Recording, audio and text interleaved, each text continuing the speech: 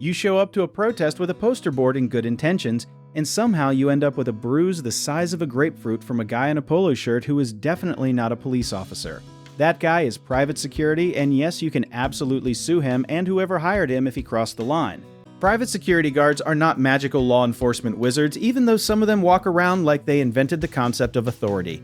They are civilians with a uniform, which means they are held to the same rules about assault and battery as anyone else swinging first. Here is the twist nobody explains to you in school. The company that hired that security guard can be held liable too through something called vicarious liability, which basically means the boss pays for the employee's bad decisions. Think of it like this. If your dog bites the mailman, you do not get to shrug and say the dog acted alone, and companies cannot dodge responsibility just because they were not the ones throwing punches. Now let us talk about the difference between reasonable force and excessive force, because this is where most of these cases actually get decided. Reasonable force might be gently guiding you away from a doorway, while excessive force is tackling you like you are the final boss of a video game. You might think protesters have zero rights once they step onto private property, but that is not entirely true.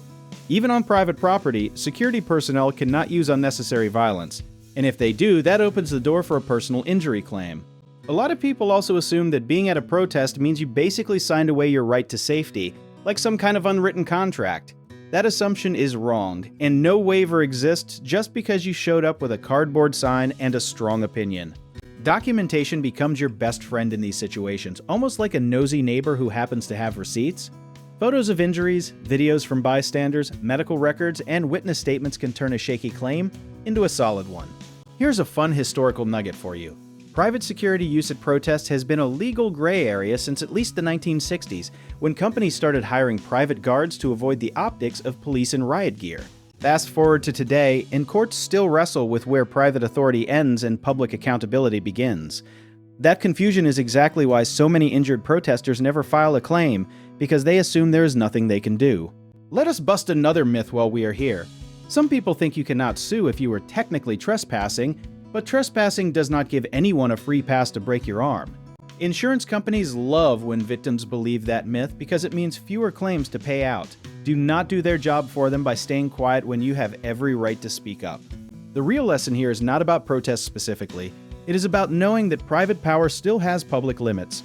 Security guards are not superheroes, and companies are not invisible when their employees cause harm.